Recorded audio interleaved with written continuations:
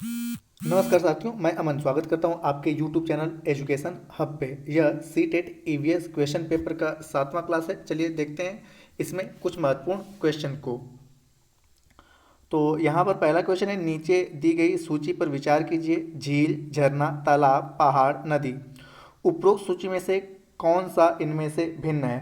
तो option A है झील, ऑप्शन बी है तालाब, ऑप्शन अगला है आपका झरना और ऑप्शन लास्ट है पहाड़ी। तो यहाँ पर हम देखते हैं कि अन्य सभी से जो भिन्न भिन्न है वह कौन सा है? आपका डी वाला पहाड़ी, क्योंकि अन्य सभी जो हैं वह पानी के सोर्स हैं। अगला है कि नीचे दिए गए कथनों पर विचार कीजिए। ऑप्शन ए, गुजरात में लोग दाल के साथ चपाती खाते हैं और दाल में शक्कर डालते हैं। दूसरा है, केरल में अधिकतर लोग किसी भी करी के साथ टैपियोका खाते हैं। ऑप्शन अगला है, कश्मीर में लोग नारियल के तेल के साथ बनी समुद्र की मछलियां खाते हैं। और ऑप्शन डी है, गोवा के लोग सरसों के तेल में बनी मछलियां खाते हैं। तो यहाँ पर देखिए गुजरात वाला ऑप्शन सही है कि गुजरात में लोग दाल के साथ चपाती खाते हैं और दाल में भी शक्कर डालते हैं, सही है। और केरल के अधिकतर लोग किसी भी करी के साथ टैपियोका खाते हैं, ये भी सही है। अब यहाँ पे कश्मीर की में लोग नारियल के तेल से में बनी समुद्र की मछलियां खाते हैं, तो यहाँ पे कश्मीर नहीं, ये ऑप्शन है गोवा का। ठीक है, तो हालांकि यहाँ पे कश्मीर दिया इसलिए यह गलत है और यहाँ पे गोवा की जगह होना चाहिए कश्मीर। तो ये भी आपका क्या है? गलत है। तो आपका सही ऑप्शन कौन कौन सा है? ए और बी। तो इस प्रकार से आपका सही ऑप्शन होता है ए। अगला क्वेश्चन है, नीचे दिए गए पक्षियों का वह कौन सी प्रजाति है जिसकी आंख मानव की भांति उसके सामने की ओर होती है? ऑप्शन ए है दर्जन पक्षी, ऑप्शन बी है बीबर पक्षी, ऑप्शन सी है कलचीड़ी और ऑप्शन डी है उल्लू। तो यहाँ पर आपका सही ऑप्शन होता है उल्लू। उल्लू की जो आंख है मानव की भांति सामने होती है और यह रात में दिन की अपेक्षा और अच्छे से देखता है और यह अपनी गर्दन पूरी घुमा सकता है। इसके कान बेहद संवेदनशील होते हैं और रात में जब इसका कोई शिकार करता है तो इसे पता चल जाता है। तो यह सबसे अधिक गर्दन घुमाने वाला पक्षी है और यह दिन की अपेक्षा रात में काफ़ी अच्छे से देखता है।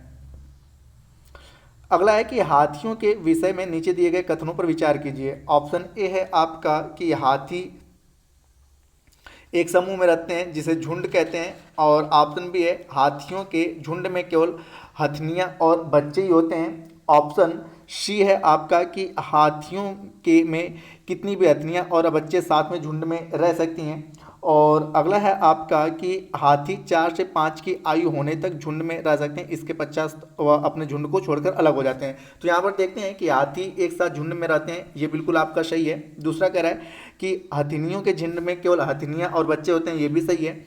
अगला कह रहा है कि हाथियों में कितनी भी हथनियाँ और अपने बच्चे के साथ झुंड में रह सकते हैं। तो ये आपका गलत है कि हाथियों के झुंड में केवल 10 से 12 हथनियाँ और बच्चे, हथनियाँ केवल और बच्चे रहते हैं। और अगला है कि हाथी 4 से 5 वर्ष की आयु होने तक, तो यहाँ पे 4 से 5 वर्ष की आयु नहीं है, यह 14 से 15 वर्ष की आयु तक उस झुंड के साथ रहते हैं और उसके बाद जो नर हाथी होते हैं वह उस झुंड को छोड़कर अलग हो जाते हैं। तो इस प्रकार से सी और डी आपका गलत है, सही है आपका ए और बी। तो इस प्रकार से सही ऑप्शन होता है आपका सी। अगला आपका, निम्नलिखित राज्यों में से किसके बगीचे में तेजपत्ता, छोटा इलायची, बड़ी इलायची और काली मिर्च उगते हैं? ऑप्शन ए है आपका पश्चिम बंगाल, ऑप्शन बी है आपका गुजरात, ऑप्शन सी है केरल और ऑप्शन डी है मध्य प्रदेश। तो यहाँ पर जानते हैं कि तेजपत्ता, छोटी इलायची, बड़ी इलायची, काली मिर्च उगने वाले जो राज्य हैं वह केरल है, इसलिए केरल को भारत में मसालों का बगीचा कहा जाता है। मसालों का बगीचा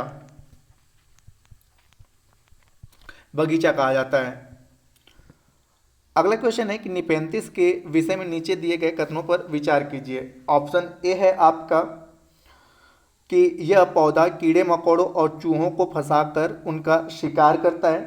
ऑप्शन बी है आपका कि यह पौधा हमारे देश में नहीं पाया जाता है। ऑप्शन सी है आपका कि यह पौधा कीड़े मकोड़ों के खींचने के लिए मोहक आवाज़ें निकालता है। और ऑप्शन डी है, इसका आकार घड़े जैसा होता है जिसके मुंह पत्ते से ढका होता है और कोई भी कीड़ा मकोड़ा इसके मुंह के ऊपर पहुंचते हैं तो इसमें फंस जाते हैं और बाहर निकल नहीं पाते हैं। देखते हैं पहला यहाँ पे कि यह पौधे कीड़े मकोड़ों और चूहों को फंसाकर उनका शिकार करता है, यह बिल्कुल सही है।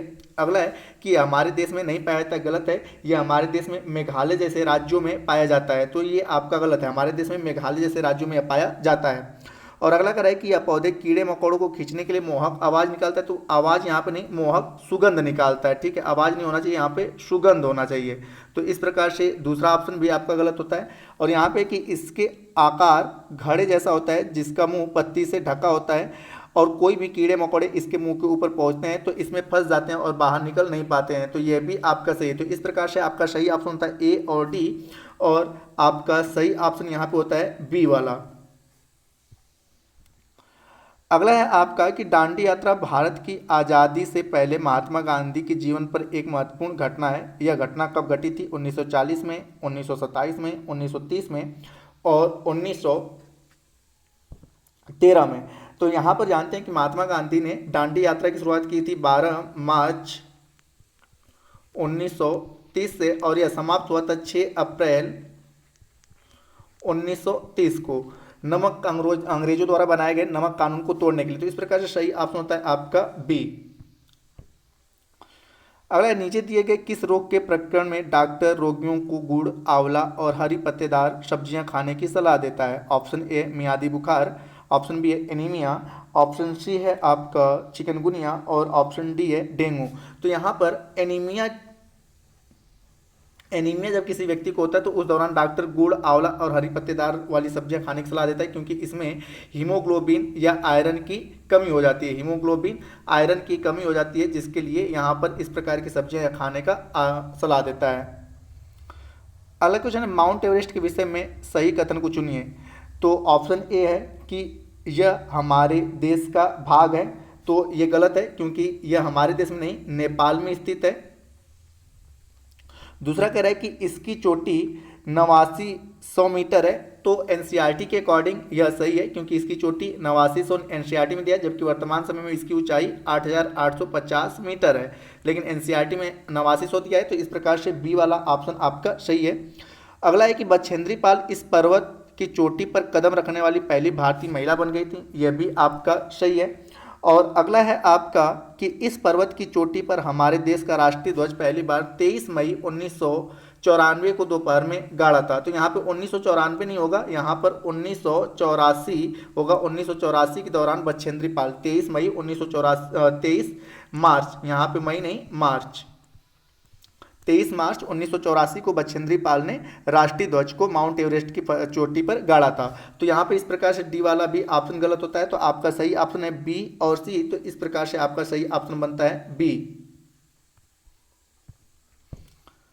अगला है आपका रेगिस्तानी ओक नामक पेड़ के बारे में निम्नलिखित में से कौन सा कथन सही नहीं है? ऑप्शन ए है आपका कि इसमें पत्तियों की जगह कांटे होते हैं, ऑप्शन बी है इसकी जड़ें उथली होती हैं, ऑप्शन सी है यह अपने तनों में जल को संरक्षित रखता है, और ऑप्शन डी है यह 8 मीटर से अधिक ऊंचा होता है। तो यहाँ पे थोड़ा सा ये क्वेश्चन दिया था और इसमें पूछा है कि कौन सा ऑप्शन सही नहीं है, तो यहाँ पर सी और डी दोनों ही सही।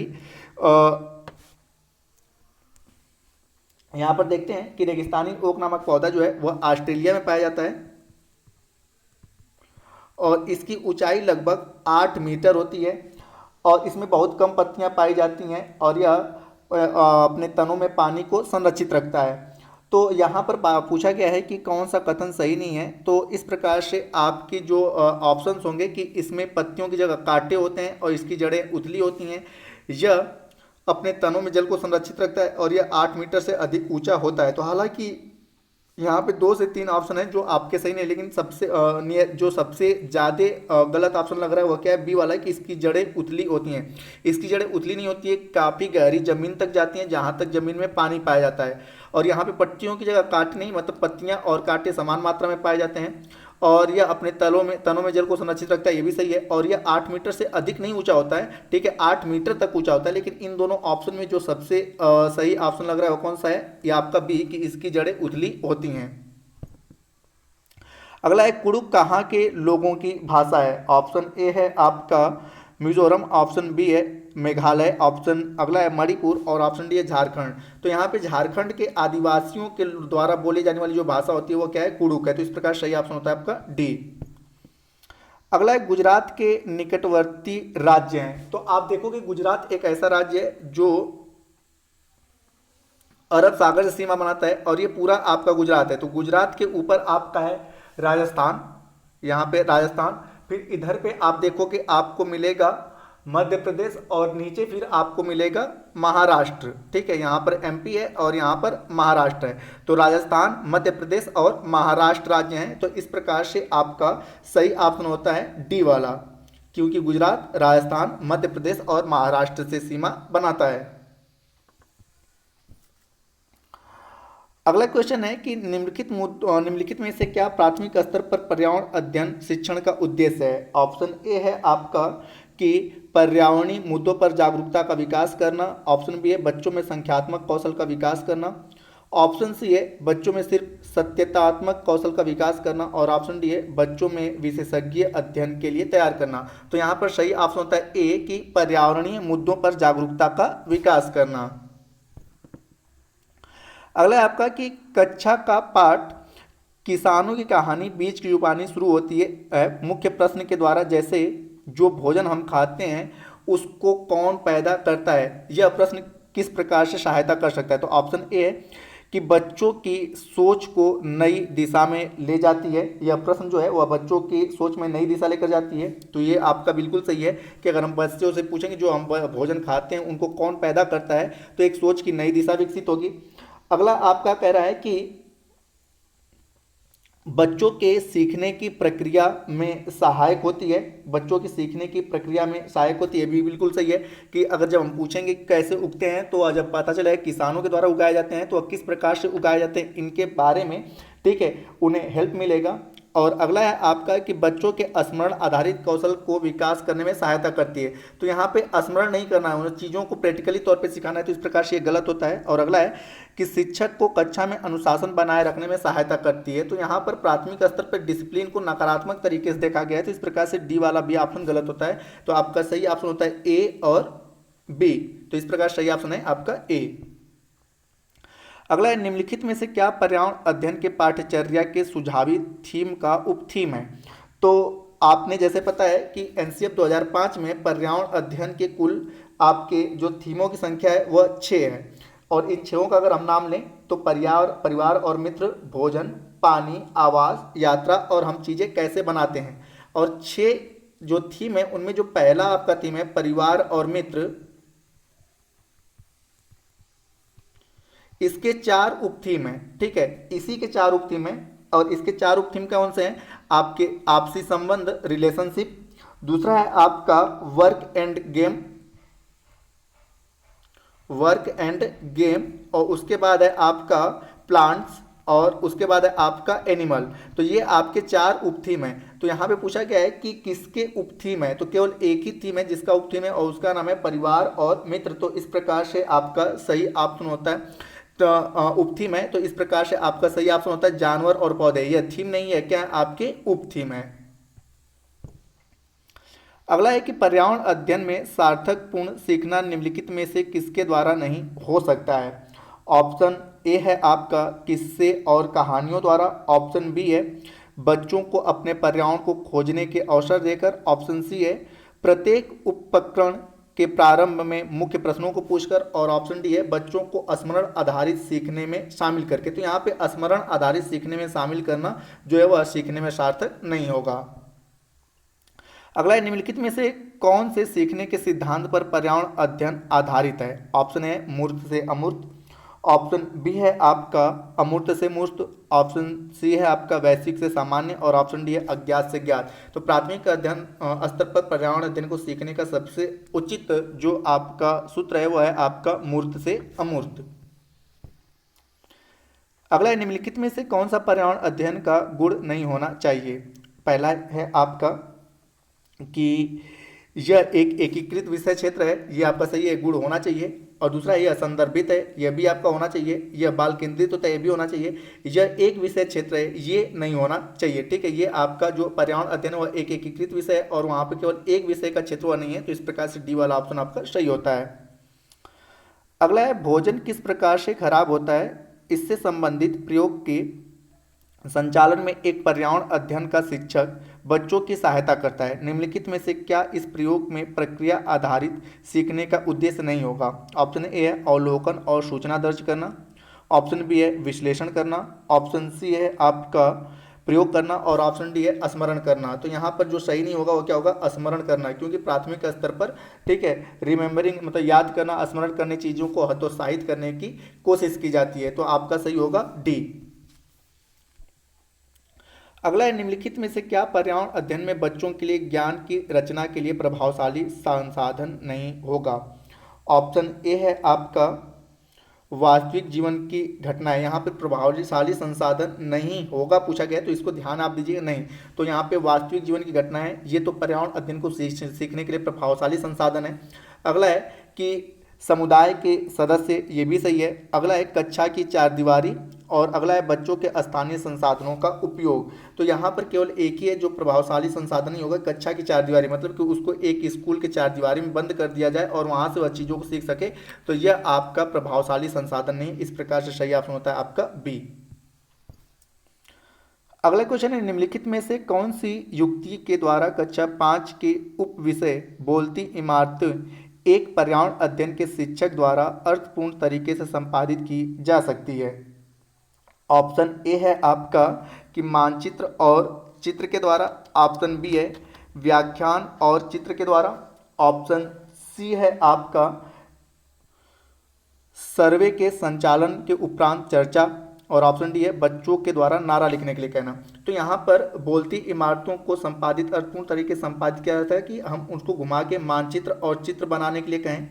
व्याख्यान और चर्चा ये आपका सही नहीं है कि हम उसके ऊपर उनसे व्याख्यान करने के लिए कहें, तो ये आपका गलत होता है। और अगला है कि सर्वे के संचालन के उपरांत उस पर चर्चा की, जैसे कि हमने उसको ताजमहल घुमा दिया तो ताजमहल घुमाने के बाद हम उनसे चर्चा करें कि आपने किन किन चीज़ों को देखा, तो ये भी आपका सही है और सी भी आपका सही है और ये आपका गलत है। तो इस प्रकार से आपका सही ऑप्शन होता है ए। अगला है कि बच्चों के सीखने की प्रगति के वर्णन अभिलेख आधारित हैं। ऑप्शन है मौखिक तकनीकी पर, ऑप्शन बी है आपका प्रोजेक्ट तकनीकी पर, ऑप्शन सी है आपका अवलोकन तकनीकी पर और ऑप्शन डी है अभिन्यास तकनीकी पर। तो बच्चों के सीखने के जो अभिलेख आधारित होगा क्या है, अवलोकन तकनीकी पर आधारित है कि हम उनको देखते हैं और उसके आधार पर उनका रिपोर्ट कार्ड तैयार करते हैं। अगला है आपका CCE के अनुसार पर्यावरण अध्ययन में स्व आकलन संबंधित है। ऑप्शन ए है सीखने के समान आकलन, ऑप्शन बी है सीखने के लिए आकलन, ऑप्शन सी है आपका सीखने का आकलन और ऑप्शन डी है आपका सीखने के अंदर का आकलन। तो यहाँ पे CCE के अनुसार पर्यावरण अध्ययन में स्व आकलन जो संबंधित है सीखने के समान आकलन से है। अगला क्वेश्चन है कि बच्चों के सीखने की प्रगति को आकलन के लिए शिक्षकों द्वारा अक्सर पोर्टफोलियो का उपयोग किया जाता है। पोर्टफोलियो, अब यहाँ पे दिया गया है कि क्या उसमें होता है, पोर्टफोलियो में क्या होता है। तो ऑप्शन ए है आपका कि बच्चे के सीखने की प्रगति का एक संचयी अभिलेख है, ये भी आपका सही है। दूसरा कह रहा है कि बच्चों द्वारा अपने कार्यों को प्रदर्शित करने में समर्थन बनाता है, ये भी आपका सही है। अगला है कि सिर्फ एक वर्ष में बच्चों में उसकी उपस्थिति से संबंधित एक बच्चों का कथन है। तो यहाँ पे सिर्फ एक वर्ष में नहीं, वह जब तक उस स्कूल में रहेगा वह पूरे स्कूल उसके स्कूल पीरियड का पूरा वह बायोडाटा होता है। तो इस प्रकार से सी आपका गलत है। और अगला है आपका कि सीखने और आकलन में सक्रिय भागीदारी बनाने में समर्थ करता है। तो ये भी आपका सही है। तो इस प्रकार सही है आपका ए, सी और डी। तो सॉरी ए, बी और डी। तो आपका सही ऑप्शन होता है डी।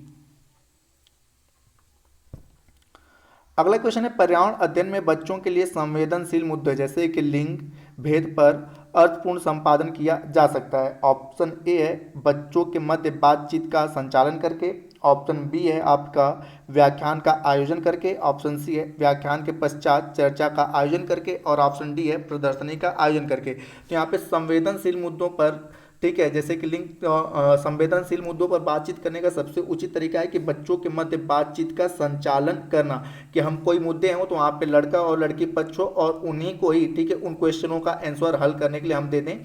ठीक है, तो इस प्रकार से इनकी जो वोटिंग होती है वहाँ पर वह सबसे उचित ऑप्शन होगा।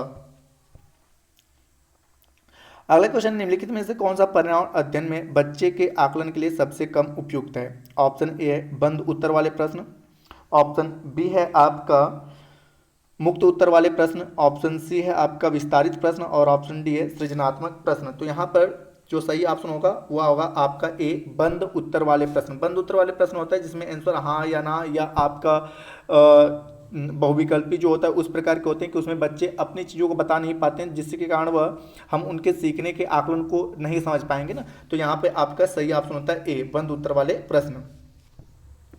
इस सेशन का लास्ट क्वेश्चन है कि निम्नलिखित में से क्या पर्यावरण अध्ययन में आकलन का संकेत होना चाहिए। ऑप्शन ए है सहयोग, ऑप्शन बी है स्मरण, ऑप्शन सी है पेपर पेंसिल परीक्षण और ऑप्शन डी है पाठ्य पुस्तकें। तो पर्यावरण अध्ययन के आकलन का संकेत जो होगा वह सहयोग होगा। ठीक है, तो जो सही ऑप्शन है आपका ए, सहयोग।